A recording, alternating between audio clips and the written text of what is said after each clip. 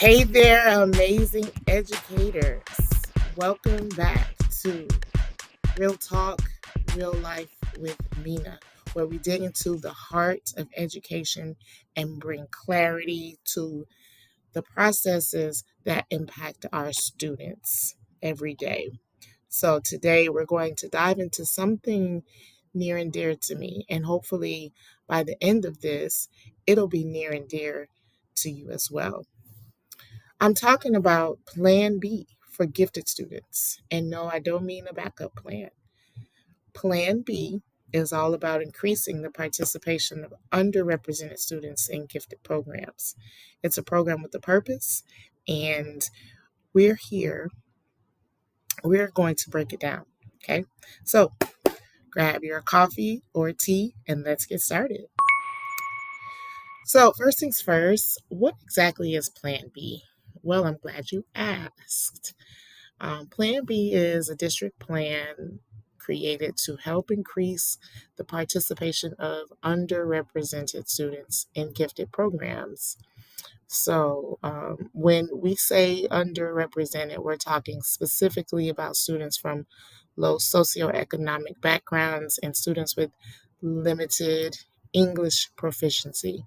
All right, so these are students who are historically haven't had as much access to gifted programs, and we're here to change that. Now, I know what you're thinking. Mina, how do we find these students?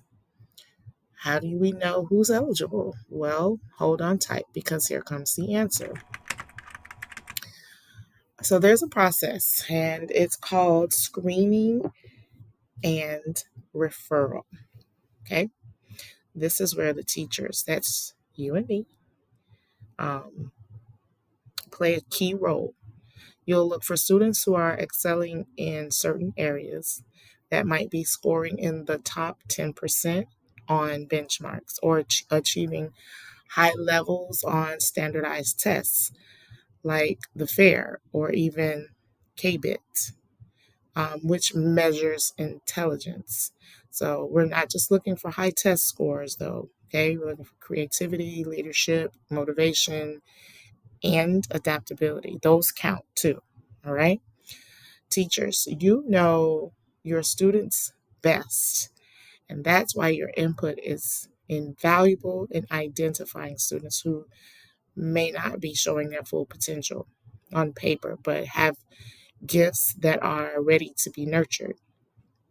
So when you spot the student who's always thinking outside the box or showing leadership qualities, it might be time to consider a referral because these students are the ones, remember, we're trying to capture the ones who aren't really going to be, who have,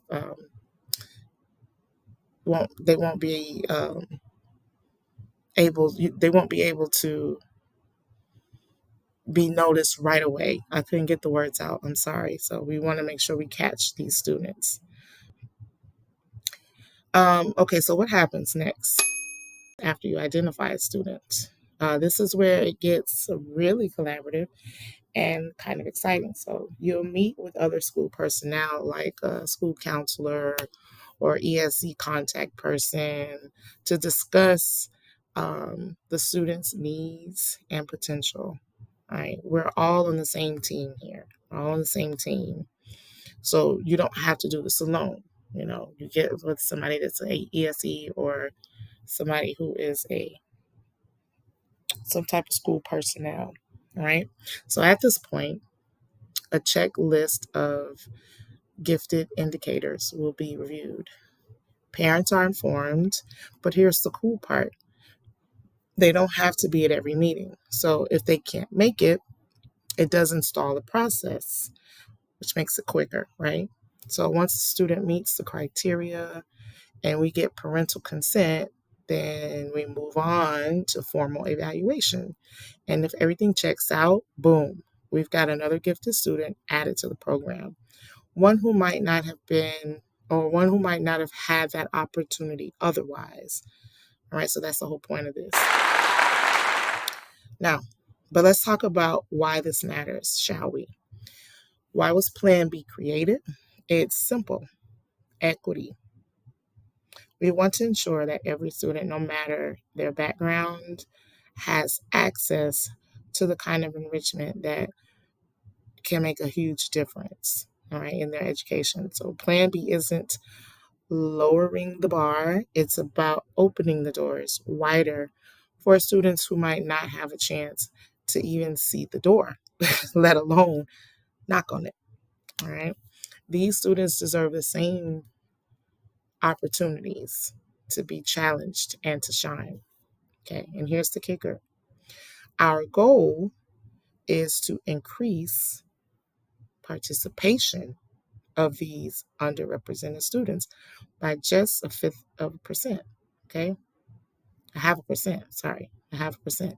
So that might not sound like much, but it's a move in the right direction, and it'll make a big impact on the lives of these students.